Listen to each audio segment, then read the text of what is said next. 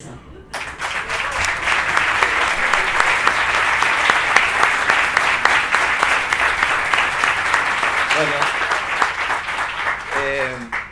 muchas gracias. Gracias, Beatriz, por la introducción, ¿no?, en el tema.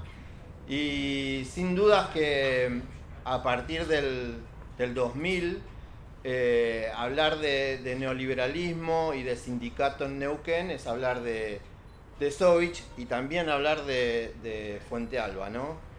Hay una cantidad de años que desembocan en el 2007 y que tienen el desarrollo y la aplicación de todas estas políticas que contaba recién Beatriz, y que en Neuquén además tienen una característica particular, y es que el exgobernador Sovich toma a los sindicatos estatales como su enemigo y como su punto de partida para hacer política. Y es así que los sindicatos y los sindicalistas pasan a ser perseguidos, hay encarcelamientos de dirigentes sindicales, hay atentados en casa de dirigentes sindicales en los dos periodos en que el exgobernador Sovich es gobernador y tiene su mandato. En ese marco y de suma precarización laboral por miles y miles de trabajadores excluidos por ese sistema económico que impulsaba el menemismo y el exgobernador, nosotros recibimos en las escuelas muchísimas compañeras y compañeros precarizados que tenían planes sociales de la provincia con la ley 2128, planes municipales o planes de carácter nacional, que trataban de hacer frente a la situación de exclusión a los que eran sometidos estos trabajadores. Pero después del 2001 y con los sindicatos nos largamos a recuperar el terreno que se había perdido, a disputar el poder y a defender los derechos que todavía nos querían seguir sacando. En las escuelas tratan de implementar la Ley Federal de Educación, se producen grandes movimientos estudiantiles que resisten junto a los trabajadores la aplicación del modelo mercantil en el sistema educativo, y se hacen grandes paros. Estos paros son huelgas que son reprimidos por el exgobernador, por los funcionarios que estaban en el Consejo de Educación, y es así que trata de sacar y descabezar a las escuelas, sumariando a los directores que se plegaban a las medidas sindicales. Esa resolución del Consejo, esa decisión del gobierno de Sovich, terminó siendo discutida en la Organización Internacional del Trabajo, que nos dio la razón y le dijo a Sovich que estaba equivocado y que no podía sumariar a los trabajadores por defender el derecho a huelga. En ese marco, Sovich, avanzando en las reformas que él quería poner, intenta una reforma constitucional para, disponer de los recursos provinciales con mayor fluidez para los grupos económicos. Y nosotros como sindicato docente particularmente salimos a militar en toda la provincia con la Constitución en la mano, que lo que estaba haciendo Sovich era abrir las puertas para un saqueo y para mayor flexibilización y para, que la salud y la educación quedaran en un lugar relegado. Se fueron perdiendo, o trataba de que perdiéramos el derecho a la salud y a la educación.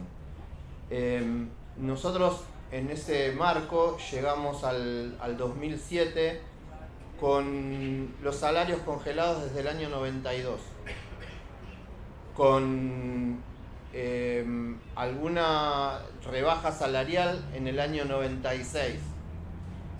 Y es así que el 2007 ya no se podía sostener la situación entre los compañeros, que eran mayoría en las escuelas auxiliares de servicio e incluso había administrativos que estaban con planes sociales, con las escuelas, digamos, que estaban sobrepasadas además con los comedores y la función social que estábamos cumpliendo. Llegamos a este conflicto y no sin haber pasado antes por años de represión del gobierno de Sovich. Tengo que mencionar la represión del Rucaché, donde quiso implementar la bancarización de los planes sociales y que eran en ese momento, no era la bancarización que hay ahora y no estaban todos los negocios preparados para pasar la tarjeta. Solamente se podía pasar por la tarjeta por los negocios amigos del poder. Entonces, eso fue resistido por las organizaciones sociales, las organizaciones sindicales acompañaron y terminó con una brutal represión en el Rucaché, que es muy conocida por el evento de la pérdida del ojo de Pepe Albial, que fue como el más conocido, el más sobresaliente. Y en eso el ex gobernador Sovich jamás abrió el diálogo con los sindicatos. Se pasó 7 años sin dar siquiera una entrevista y de esta forma la organización, llegamos al conflicto del 2007 aún buscando el diálogo. Nosotros en ese pretendimos cortar la ruta para forzar una mesa de negociación y eso nunca sucedió, nunca hubo un corte de ruta en Arroyito. Los que cortaron la ruta fueron los policías, que iniciaron una represión que el día de hoy no tiene respuesta para la clase trabajadora, no tiene respuesta para el país, que estamos buscando justicia completa. Nosotros por 3 horas fuimos víctimas de una feroz represión. Hubo 3 oleadas de represión que no tienen ninguna justificación, no lo pudieron explicar en el juicio, y los que declararon en el juicio de Poblete, que fue condenado en el 2008 a prisión perpetua, los policías declararon que las fuerzas de seguridad concentradas ese día, todos los grupos especiales de la provincia, los pertrechos, las fuerzas, digamos, vivas, los hombres que participaron y los móviles que llevaron, nunca antes habían visto una cosa así. Todos los policías que declararon en el juicio se les hizo esa pregunta y todos dijeron que era un hecho inédito lo que habían asistido ese día.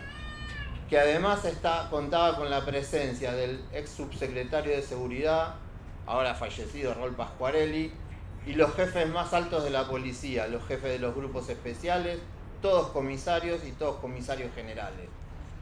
Entonces, en esa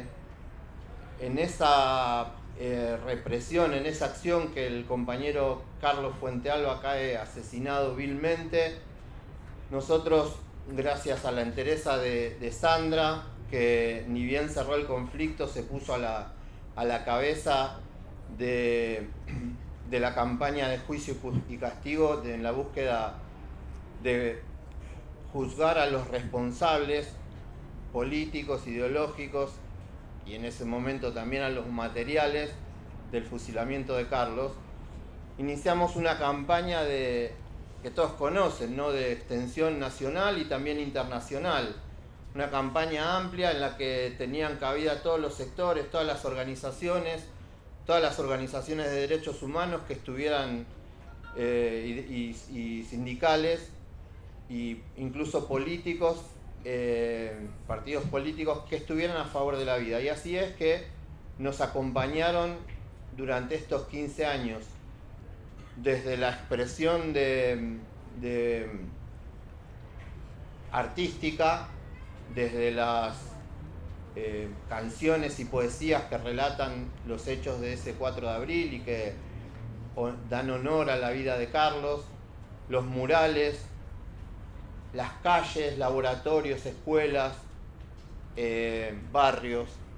es incontable la cantidad de expresiones que hay a lo largo y ancho del país, además de todas las movilizaciones durante estos 15 años y en los momentos cruciales de las causas, ¿no? Cada vez que hubo alguna cuestión alrededor de la búsqueda de justicia.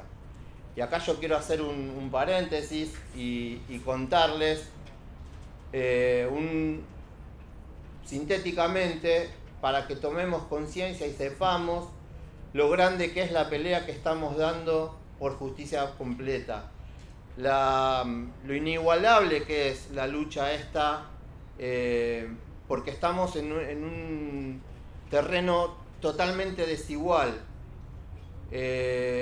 Aunque nosotros somos la clase trabajadora y tenemos mucho respaldo, en la sala de audiencias solamente entra Sandra y los abogados. Y ahí hay jueces y fiscales y 15 imputados, había hasta hace poco, ahora son 8. Pero con en todos estos años pasaron cerca o alrededor de 40 funcionarios judiciales, contando fiscales que en la mayoría de los casos la atacaron a Sandra y a la querella, haciendo las veces de defensa. La defensa recién empezó a trabajar el año pasado, porque todos los años anteriores estuvo cubierta por la fiscalía. Esto quiero que lo sepan, que lo conozcan, porque es importante también para dimensionar el esfuerzo que hay que hacer adentro. Los jueces, estos 40 funcionarios que pasaron por la causa, yo quiero decir, arrancando del Tribunal Superior de Justicia, hay 3 miembros, Sovich había nombrado a los 7 miembros del poder del Tribunal Superior de Justicia que estuvieron en el 2007 y parte del 2008, pero 3 siguieron hasta el 2010 e inclusive hasta el 2011, ¿sí? 3 funcionarios designados por Sovich, que no opinaron directamente en la causa, pero estaban en la cocina. Y les digo, por si alguno todavía tiene alguna esperanza, la justicia no es autónoma, ni independiente, ni nada por el estilo. Se maneja con mensajes del poder, ¿sí? Los demás jueces y fiscales, muchos fueron designados por Sovich, porque en ese modelo neoliberal era una parte importante de la colonización de la justicia, que no pasa solamente en Neuquén, pasa en Jujuy y pasó en el gobierno nacional con el macrismo. Por eso nosotros decimos que el modelo de Sovich era el menemismo tardío y el macrismo anticipado, una cosa así, ¿no? Una suerte de que se repiten las cuestiones del modelo. Pero volviendo a la causa, les quiero decir que los problemas empezaron cuando la querella de Sandra Rodríguez trató de imputar al ex gobernador Sovich, que hoy no está imputado ni nunca lo estuvo, porque lo cubrieron durante todos estos años. Desde el 2007 hasta el 2014, que cierran la causa en la provincia del Neuquén, la causa llegó 3 veces al Tribunal Superior de Justicia de Neuquén discutiendo lo mismo. Si la querella podía acusar sin el acompañamiento fiscal y si le podía cambiar las acusaciones a los imputados, porque los imputados estaban con con acusaciones menores, con acusaciones que tenían que ver con encubrimiento y con el no cumplimiento de los deberes del funcionario público, cosas que nosotros creemos que todos los que estuvieron en el operativo, que fue diseñado, que fue supervisado, que fue preparado para matar, todos los que estuvieron ahí son parte de ese plan. Poblete no actuó solo, estuvieron todos estos policías. La cuestión es que cuando cierran la causa volvemos a ir al Tribunal Superior de Justicia porque discutimos los sobreseimientos y finalmente en el 2016 el Tribunal Superior de Justicia dice que los sobreseimientos eran válidos, que la justicia se cerraba en el ámbito de la provincia del Neuquén. Entonces nosotros dijimos, bueno, vamos a apelar a la Corte Suprema de Justicia de la Nación, la corte que está ahora, esa corte que el Lorenzetti había usado a la causa Fuente Alba para golpear al gobierno de Cristina, para golpearla como una de las causas que en un video, no sé, en una apertura de las sesiones de la Corte Suprema, lo usó y fue público, digamos, nosotros vimos el video. Entonces, la causa iba a ir a la Corte Suprema de Justicia de la Nación por nuestra decisión. Hacemos el trámite, que les cuento, hay que ir al Tribunal Superior de Justicia y presentarse y que ellos lo eleven. Nos rechazaron esa posibilidad, tuvimos que ir en queja, que es mucho peor. Solamente, no sé, yo no sé el porcentaje, pero debe ser el 10% de las causas que llegan en queja que se abren en la Corte. Y después de un trámite de varios años, en el 2019 la Corte falla diciéndonos que la causa Fuente Alba es una causa de grave violación a los derechos humanos, que es una causa compleja, que no puede ser tratada como una causa común para aplicarle los sobreseimientos. Y desde el 2019 el Tribunal Superior de Justicia vuelve a actuar y ahora dice, está bien, la causa vuelve a Neuquén, hay que adecuarla al nuevo Código Procesal Penal, que había cambiado en el 2015, pero teniendo las siguientes restricciones. No se puede incorporar a nadie, o sea, podemos decir que casi es un fallo que tiene nombre y apellido. Podemos decir que es un fallo Sovich ese, el del Tribunal Superior de Justicia, porque el que no podía ser incorporado era Sovich. Y tampoco se podían cambiar las imputaciones que venían de arrastre del año 2007. Entonces, en eso, el equipo de abogados, Marcelo Medrano, que acá está presente, y Ricardo Mendaña, yo los acompañé, comenzamos a trabajar para enfrentar lo que era la readecuación de la causa. Y logramos en marzo del año pasado un fallo que era muy bueno porque nos daba plazos para poder adecuar la causa realmente como correspondía, incorporar pruebas, incorporar testigos. Sin embargo, jueces esto fue apelado obviamente por la defensa, porque cuando vieron que no contaban más con el apoyo de la Fiscalía, se preocuparon, no quieren ir a juicio los defensores, están haciendo lo imposible para no llegar a ese juicio. Y con eso apelaron. Y entonces un tribunal de impugnación dio vuelta al fallo ese de marzo. Y llegamos muy, muy limitados a la audiencia de control de la acusación en noviembre, en la que todos sabrán, por las restricciones del Tribunal Superior de Justicia y del Tribunal de Impugnación, no solamente se nos hacía prácticamente imposible, sino que además era innecesario continuar en la causa con 8 imputados, que no es que no tuvieron responsabilidad, pero era difícil sostener la acusación contra esos en esas condiciones. Entonces,